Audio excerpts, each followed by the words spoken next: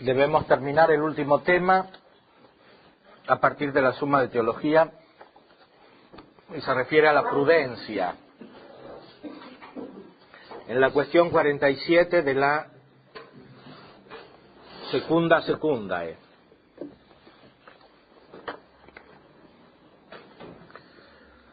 La prudencia, según Aristóteles, es entendida como la recta razón de las cosas por obrar. Recta ratio agibilium.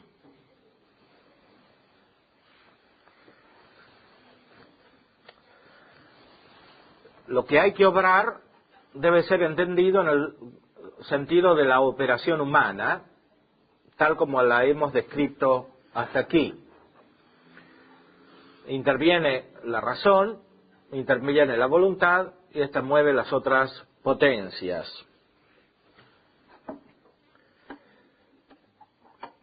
La bondad de esta operación depende de su relación con el fin. Esta relación con el fin la conoce la inteligencia por medio del hábito de la sindéresis, que le hace captar los primeros principios del obrar moral. Estos primeros principios funcionan como fines respecto de las operaciones de las virtudes.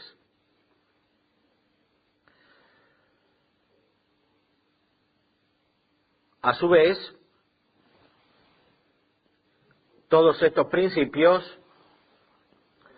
en cuanto están realizados por las virtudes y ordenan el obrar moral, permiten la consecución, el alcance del fin último, que es el que confiere la bondad a todas las operaciones. Hemos analizado el tema de la conciencia, que se refiere a un acto, el acto por el cual la inteligencia conoce sus propios actos morales, pasados o presentes.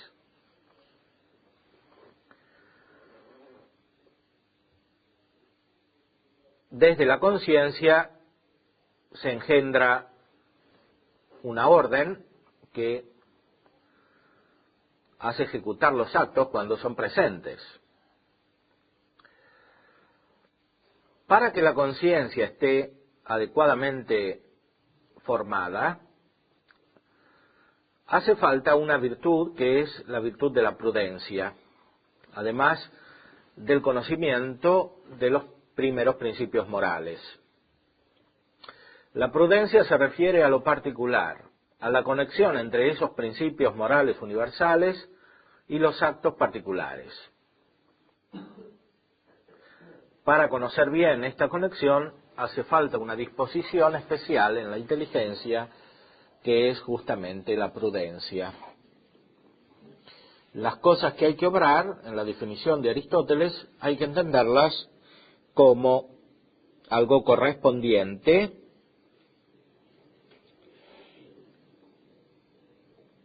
a lo particular. La inteligencia capta de una manera especial lo particular.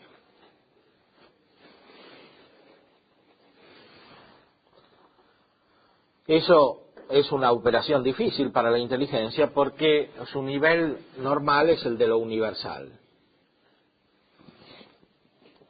Por eso necesita este hábito de la prudencia.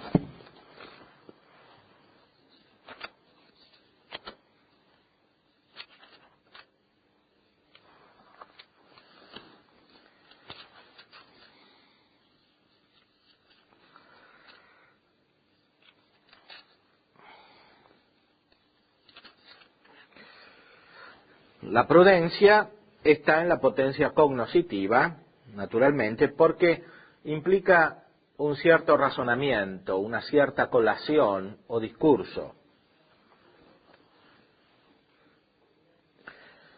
Más específicamente corresponde a la razón práctica. Se refiere, en efecto, a las operaciones que hay que realizar, y no al simple conocimiento de la verdad.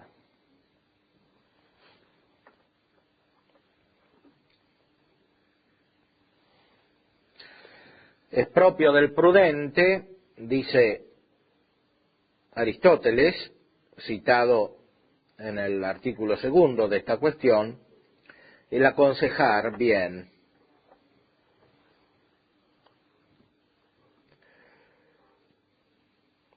Y el consejo se refiere a las cosas que tenemos que hacer por nosotros en orden a un fin.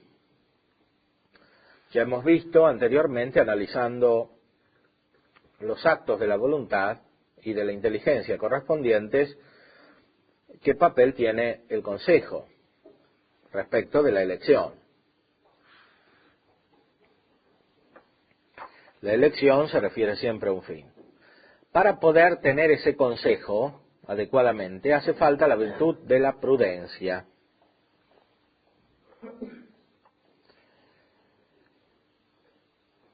La razón de las cosas que hay que obrar por el fin es la razón práctica. Por eso es manifiesto que la prudencia no consiste sino en la razón práctica.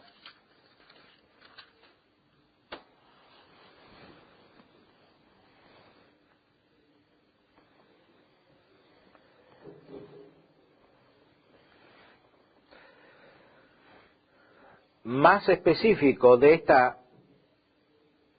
virtud es el conocimiento de lo singular.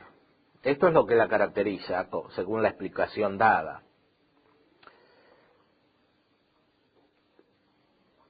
Sin embargo, esta virtud une el conocimiento de lo universal con el de lo particular.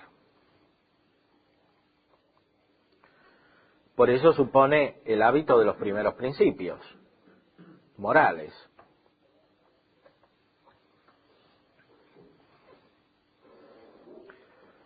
A la prudencia corresponde no solamente la consideración de la razón, sino también la aplicación a la obra, que es el fin de la razón práctica. Nadie puede aplicar algo convenientemente a otra cosa si no lo conoce. Y si no conoce también la otra cosa. Es decir, hay que conocer aquello que se aplica y aquello a lo cual se aplica.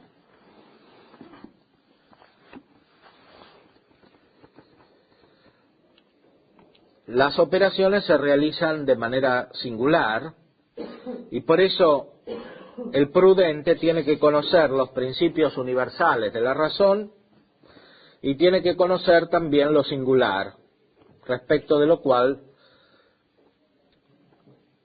se realiza la operación. Esto es lo más propio de la virtud de la prudencia, unir lo universal con lo singular. Aquí tenemos un paralelismo respecto de lo que sucede en el orden especulativo. En el conocimiento teórico necesitamos partir de los fantasmas de las cosas. A partir de esos fantasmas, el entendimiento agente puede abstraer. El entendimiento agente está en acto. Abstraer significa poner en acto lo que está en potencia en los fantasmas, y eso significa más todavía hacer que lo inteligible sea en acto.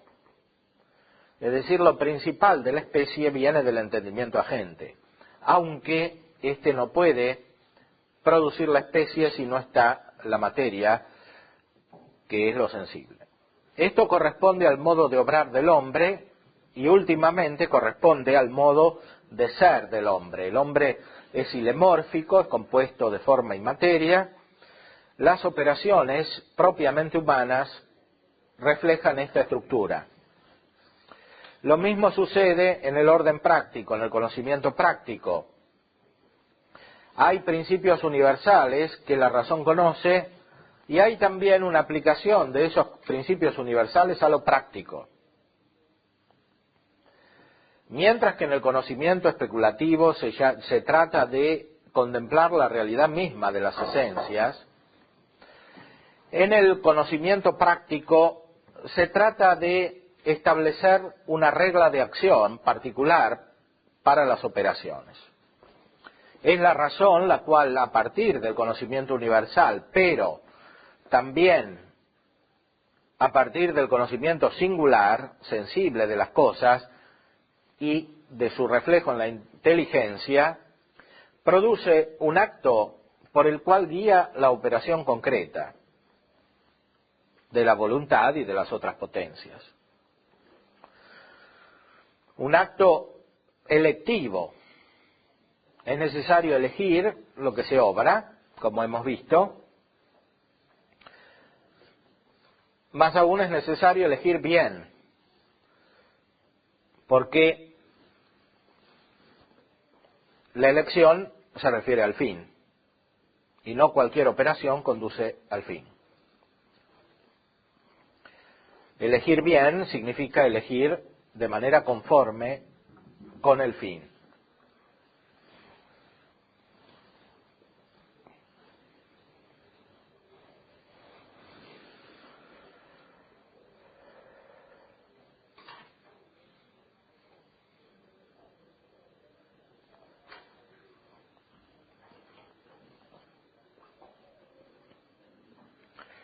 La prudencia, por lo tanto,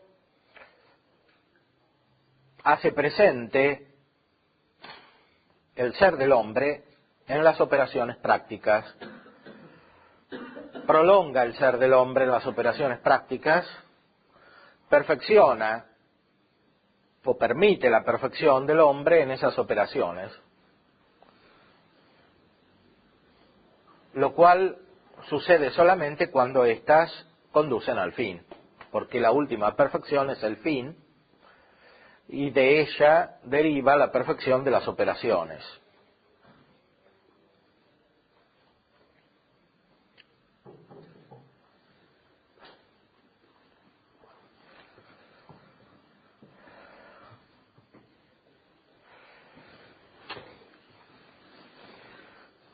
Dice Santo Tomás en el artículo 3,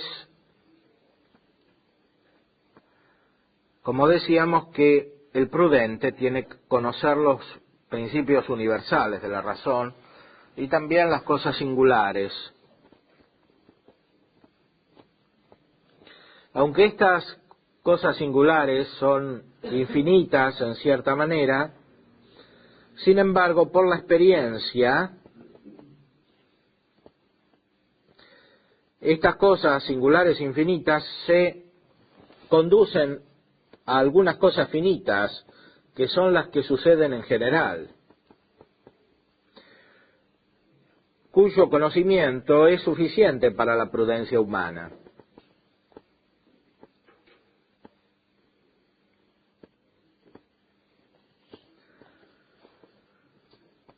Como se dice en la respuesta a la segunda objeción del artículo 3. Hay una capacidad de la inteligencia para, en cierta manera, profundizar lo que sucede en las circunstancias particulares a partir de algunas circunstancias que se conocen mejor, aún siendo particulares. Desde esas se conocen otras. Sucede lo mismo que en el conocimiento de la inteligencia por connaturalidad.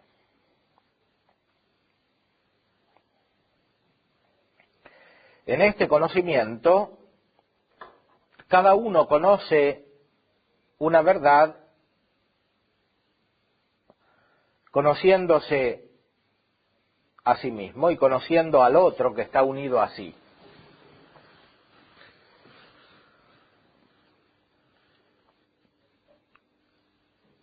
Especialmente en el conocimiento místico de Dios, sobrenatural, se da esta connaturalidad.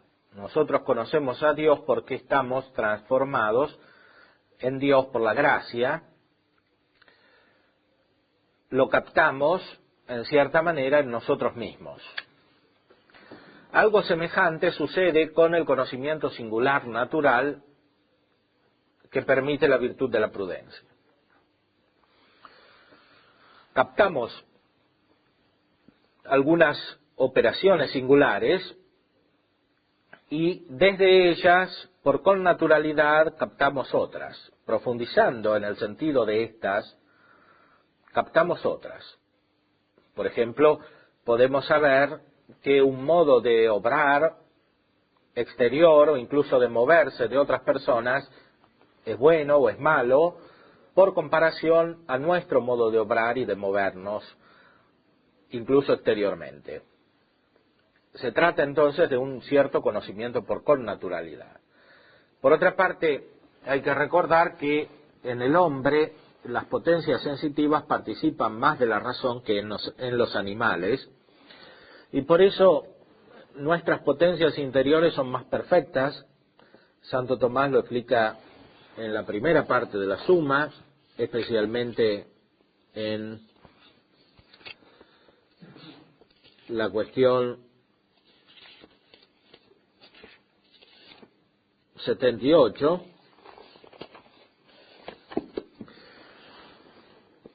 nuestras potencias sensitivas son más perfectas, sobre todo la estimativa y la memoria. La estimativa en los hombres se llama cogitativa o cogitativa en castellano, porque tiene como una imagen del pensamiento, no porque capte universalmente con conceptos, sino porque puede hacer una especie de razonamiento. Lo mismo, la memoria puede ejecutar un cierto razonamiento en cuanto no recordamos espontáneamente, inmediatamente como los animales, sino que podemos buscar hacia atrás algo que no está presente.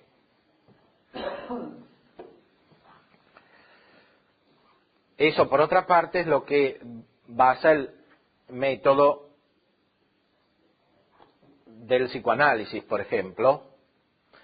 O sea, la capacidad de encontrar recuerdos que no están presentes por medio de un cierto razonamiento.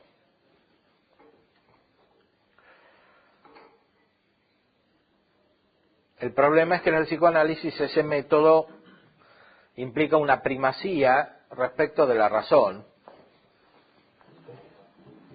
que no corresponde a la razón misma. Y en efecto el psicoanálisis termina cambiando la naturaleza de la razón, que se tiene que conformar a lo sensible y al sentido de ese razonamiento, que es el que propiamente capta el psicoanálisis. De cualquier modo, en la memoria hay una capacidad de razonamiento imperfecta y referida a lo particular, no a ideas, no a conceptos universales, sino a intenciones de las cosas sensibles, que son como unas ciertas imágenes de las cosas sensibles, aunque no estén presentes.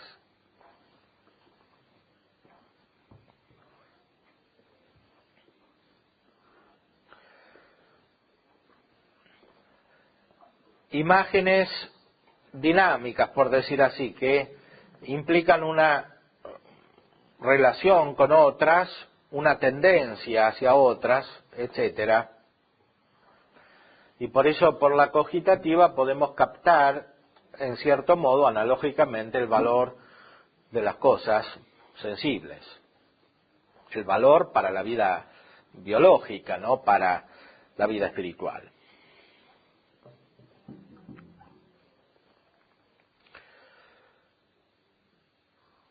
En la sensibilidad humana hay una participación de la razón, como ya decía Aristóteles, y eso sirve a la virtud de la prudencia, porque la virtud de la prudencia, no siendo principalmente especulativa y teórica, sino práctica, necesita usar principalmente el razonamiento también, porque por esencia tiene que aplicar un conocimiento universal a uno particular.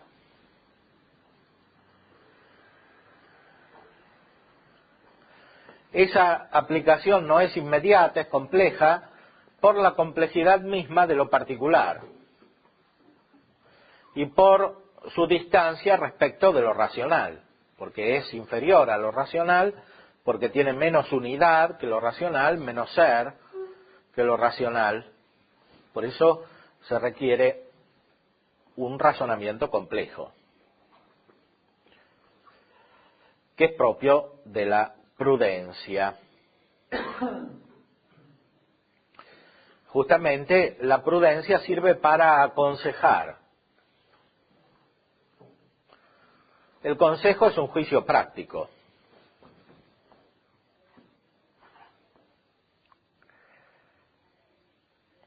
Ese juicio práctico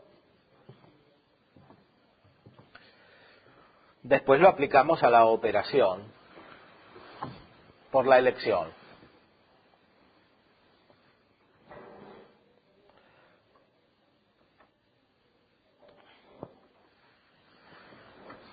Y por el consenso también, como hemos visto anteriormente.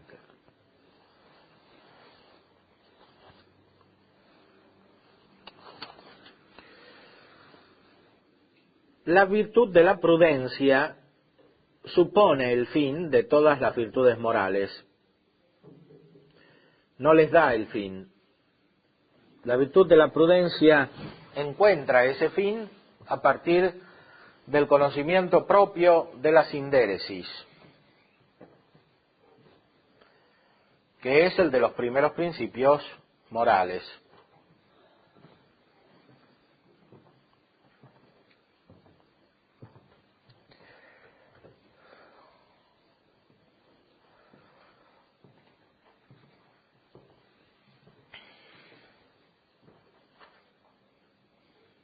La prudencia es justamente la que hace que las operaciones se adecuen a esos fines y por consiguiente al fin último. Esos fines se ordenan inmediatamente al fin último. Son fines respecto de las operaciones como realizadas en lo sensible. Conducen al fin en cuanto a operaciones propiamente humanas, es decir, no simplemente sensibles o realizadas en lo sensible, en lo exterior, sino realizadas humanamente con el espíritu, con la inteligencia y la voluntad.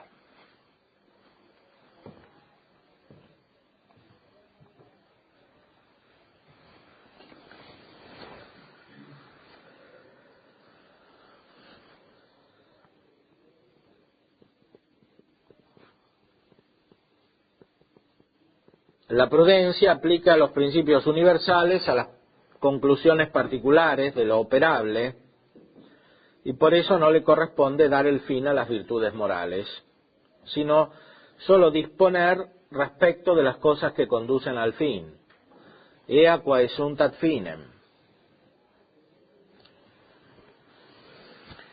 La respuesta a la tercera objeción manifiesta la relación entre sindéresis y prudencia.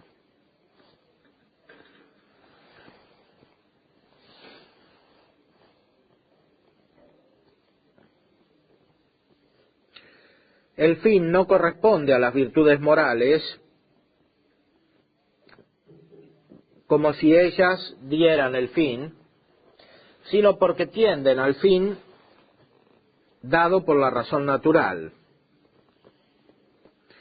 Y a esto son ayudadas por la prudencia, que les prepara el camino, disponiendo las cosas que son para el fin. Ea quae sunt ad finem.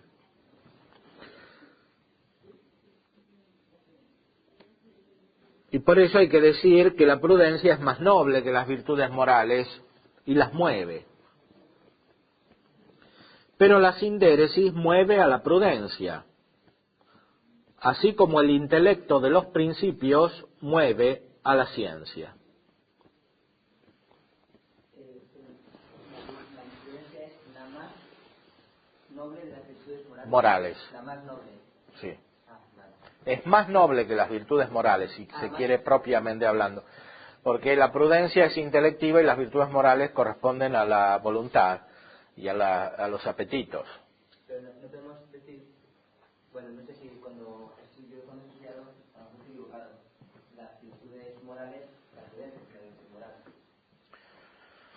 La prudencia puede ser llamada virtud moral o puede ser llamada virtud intelectual, depende qué aspecto se vea. Es virtud intelectual porque radica en el intelecto, es virtud moral porque se dirige a las acciones de las potencias que ejecutan los actos, la voluntad y los apetitos.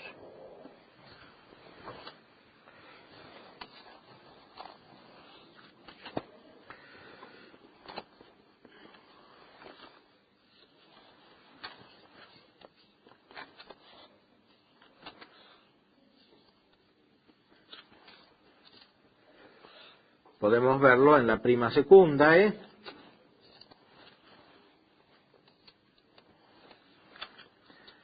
Aquí se explica también la virtud de la prudencia y las otras virtudes.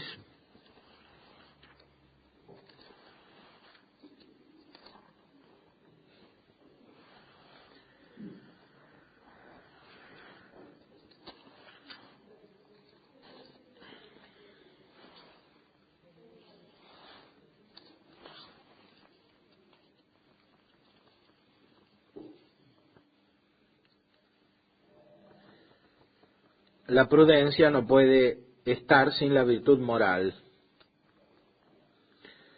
La prudencia es recta razón de las cosas por obrar, no solo en universal, sino en particular, a lo cual se refieren las acciones.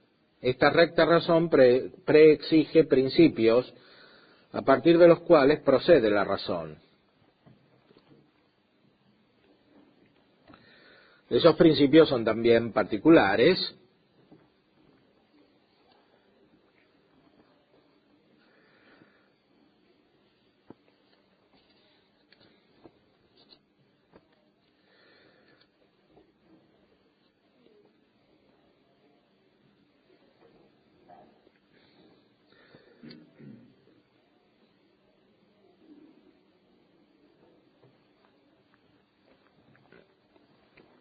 La prudencia permite obrar bien respecto de los fines de las operaciones particulares.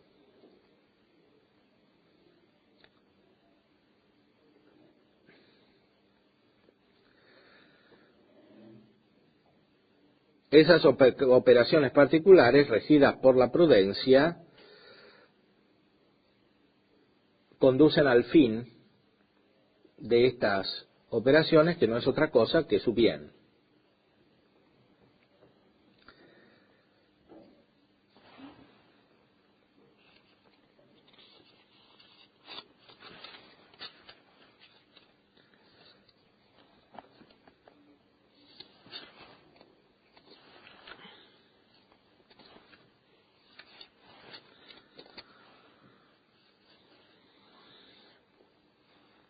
Eso que leímos estaba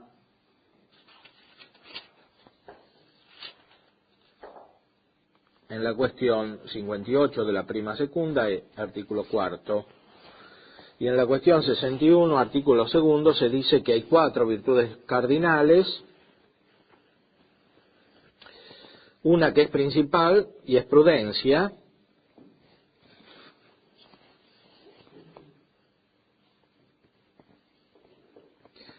y otras que derivan de la prudencia, justicia, templanza y fortaleza.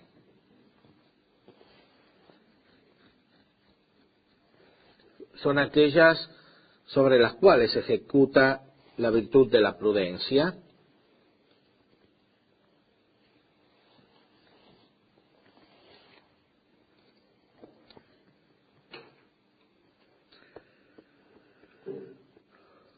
En la respuesta a la primera objeción dice que la prudencia es absolutamente la principal de todas.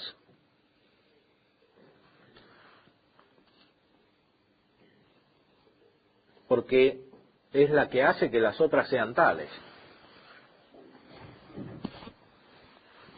Y por lo tanto los actos que derivan de ellas.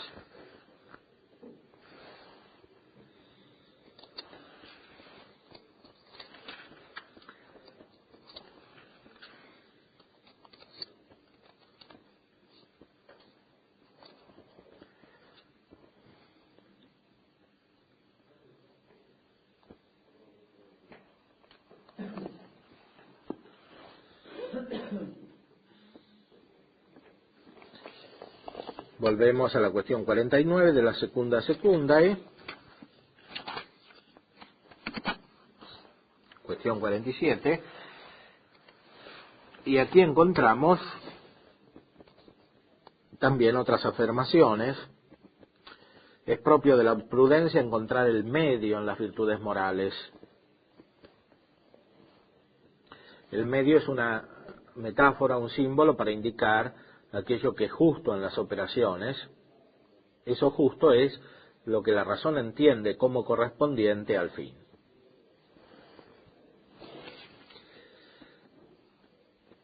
Y llegamos al acto principal de la prudencia, tratado en el artículo 8, que es el ordenar o mandar. Mandar es lo propio del prudente. Y por eso el gobernante debe ser prudente. Es la virtud más específica del gobernante, la prudencia. El hombre tiene que gobernarse a sí mismo, la razón tiene que gobernar las potencias inferiores. Dice el cuerpo del artículo que la prudencia es la recta razón de las cosas por obrar, como se dijo arriba, y por eso es necesario que aquel sea el principal acto de la prudencia, que es principal también acto de la razón de las cosas que se obrarán.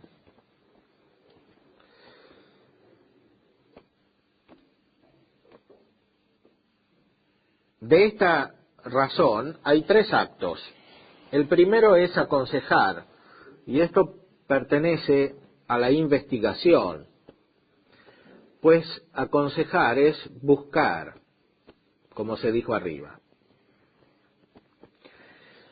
El segundo acto es juzgar acerca de lo que se ha encontrado, y este consiste en la razón especulativa. Pero la razón práctica que se ordena la operación va más allá, y por eso hay un tercer acto suyo que es el ordenar, el cual acto consiste en la aplicación de las cosas aconsejadas y juzgadas a la operación. Y porque este acto es más cercano al fin de la razón práctica, por eso hay que decir que este es el principal acto de la razón práctica y consiguientemente de la prudencia.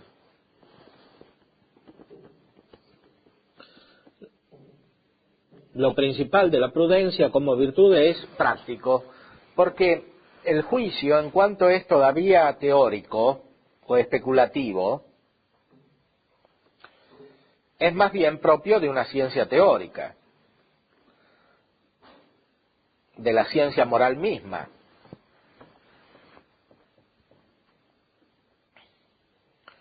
La prudencia está para ejecutar, para ordenar las operaciones propias de lo sensible, las operaciones particulares.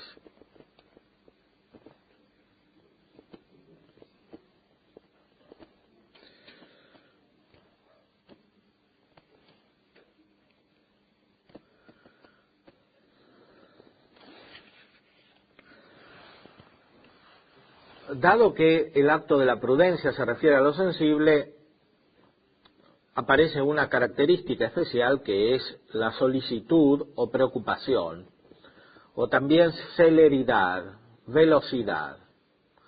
La prudencia tiene que ir de una cosa a otra, tiene que razonar rápidamente porque los actos particulares tienen su tiempo. Y por eso, según Aristóteles, citado aquí por Santo Tomás, para aconsejar es necesario tomar bastante tiempo, porque el aconsejar es más bien un acto teórico. Implica un juicio universal de la razón. En cambio, para ejecutar es necesario que haya rapidez. Para ordenar tiene que haber rapidez. Y esto es lo más propio de la prudencia.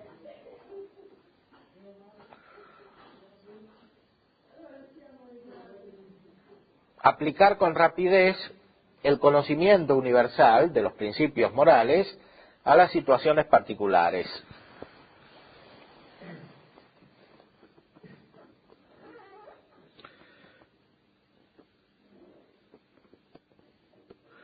La solicitud propiamente corresponde a la prudencia, porque dado que las operaciones son particulares, están sujetas al influjo de la sensibilidad que puede interferir con la razón y con la voluntad para apartarlas de la operación recta. Por eso es necesaria esta celeridad, esta velocidad.